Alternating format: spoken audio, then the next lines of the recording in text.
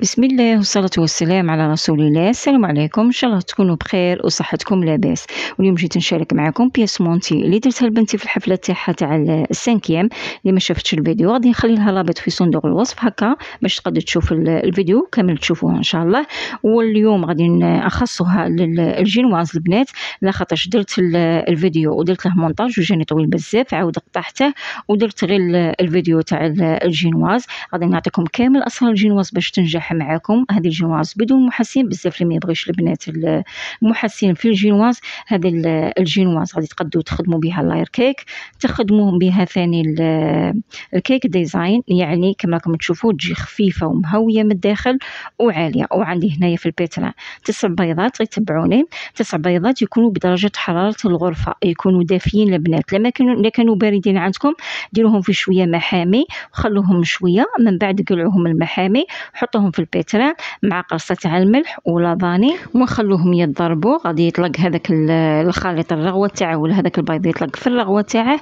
انا راني وزنه على جهه السكر اللي هو 180 غرام تاع سكر. عندي كل حبه بيض 20 غرام تاع سكر، 20 في 9 حبات بيض يعني 180 غرام تاع السكر. شوفوا الخليط راه بياض وتضاعف الحجم تاعه، راه السكر هذا كامل ذاب وتضاعف الحجم. غادي نحط هنايا 4 مغارف تاع الزيت البنات غادي يعطيني الطراول الكيك تاعي. غادي نقعدوا نشربوه غير شويه يجينا طري. والخل 2 مغارف تاع خل غادي تعطيني الهشاشه والخفه تاع الكيك تاعنا. نحبسوا التضراب غير خطره، غادي نضربوه غير خطره ونحبسوا التضراب. من بعد نجيبوه الفرينه تاعنا راها موزونه. عندي لكل حبه بيض 35 غرام تاع الفرينه، 35 في 9 هي 315 غرام، راها مغربله على جهه مع وحده خميره كيميائيه. وغادي نديرهم على مرتين ولا 3 مرات. المره الاولى نخلط في الوسط كما راكم تشوفوا، ندير حركه دورانيه، من بعد ندير من الفوق للتحت وكي نكمل كامل الخليط ونحسه باللي تخلط نعاود ندير الطبقه الثانيه ولا الدفعه الثانيه تاع الفرينه. وهنايا نخلط كما راكم تشوفوا هذيك الفرينه وهذوك الكواري كاع ما يقعدوناش. ندير في الوسط من بعد في الاطراف، بعد ندير حركه دورانيه. المول تاعي راه واجد اللي هو تاع 19 سنتيمتر.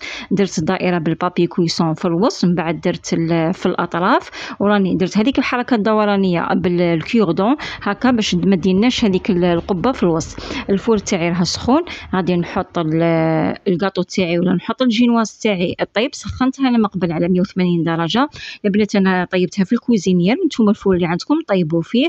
كي طيبوا الجينواز تاعي الجينواز تاعكم لابد تخلوها مده فوق 30 دقيقه ولا فوق 35 دقيقه، عاد تبدو تحلوا وتشوفوها دخلوا كيردون. لكن هذاك الكيردون خرج ناشف، راها الجينواز راها طايبه نخرجوها. هنايا البنات في نفس الاناء تاع البيترا ونفس الطريقه ونفس المقادير انا درت 6 حبات بيض. عندي 6 حبات بيض تاع غادي ندير بذوق الشوكولا. 6 حبات بيض عندي لكل حبه بيض 20 غرام تاع السكر اللي هي 120 غرام.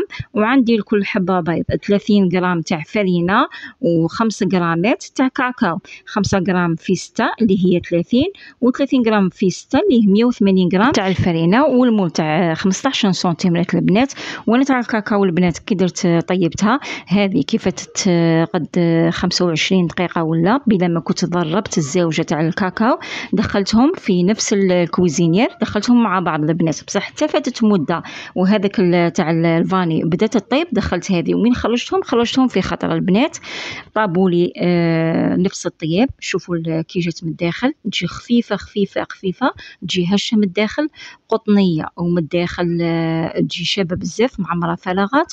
وانا درتهم في بلاستيك هنايا باش نعاود نخدم بهم المره الجايه ان شاء الله. في الفيديو الجاي غادي نخدم معاكم الكيكه ولا الكيك ديزاين كما راكم تشوفوا. شوفوا الحشوات نشوفوا كلش. ونسيت البنات باش نقول لكم على الشربات راني درت فيها 3 كيلات تاع سكر بكيله تاع الماء نحطهم فوق الغاز. درت معاهم 2 حبات تاع ليم شرائح لخاطرش كانت عندي كميه كبيره.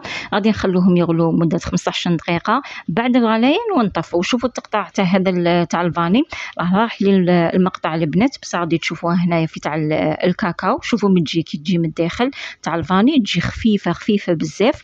وها هي تاع الكاكاو غادي نقطعها قدامكم بطريقه سهله ومبسطه. وشوفوا البنات انا عندي خطا في الليمون اللي شريتهم، الا كنتم ثاني شريتوهم كيما هاك.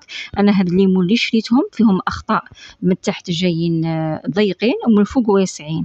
من بعد غادي نقلعوا منهم شويه شويه هكا باش يكونوا نيشان. انا تمي ندير لهم مونتاج غادي نقعد نقلع منهم. شوفوا من الداخل كي تجي دايره الكيكه من الداخل تجي شابه بزاف. هذا الجينواز تقدروا تخدموا بها كيما تبغوا البنات، تخدموا بها اللاير كيك، تخدموا بها الكيك ديزاين، تجي خفيفه منفخه تجي عاليه كيما شفتوا. النتيجه راها قدامكم. وان شاء الله في الفيديو الجاي انتظروني باش ندير لكم بقيه الفيديو. كونوا في المتابعه ان شاء الله.